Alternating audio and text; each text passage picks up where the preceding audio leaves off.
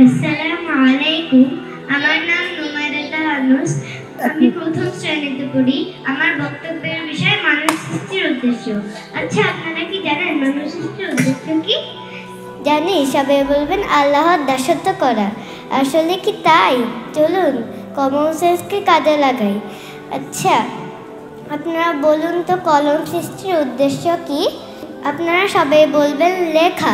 আমি যদি কলমটিকে উল্টো করে ধরি তাহলে কি লেখা যাবে? সবাই বলবেন না।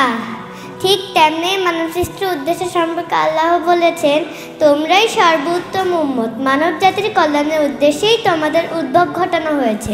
ন্যায় কাজের বাস্তবায়ন এবং অন্যায় কাজের প্রতিরোধ করবে এবং এই কাজের সময় আল্লাহর প্রতি ঈমান রাখবে।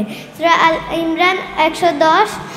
কোরআন সুন্নাহকে জ্ঞানের মানদণ্ড উৎস হিসাবে মনে করে দাসত্বের সকল শর্ত পূরণ করে আল্লাহর সন্তুষ্টি সামনে রেখে ন্যায় কাজের বাস্তবায়ন এবং অন্যায় কাজের প্রতিরোধের মাধ্যমে মানুষের কল্যাণ করা। মানব সৃষ্টির উদ্দেশ্য হাসিলে আল্লাহ আমাদের তৌফিক দান করুন। আপনাদের সবাইকে ধন্যবাদ। আসসালামু আলাইকুম।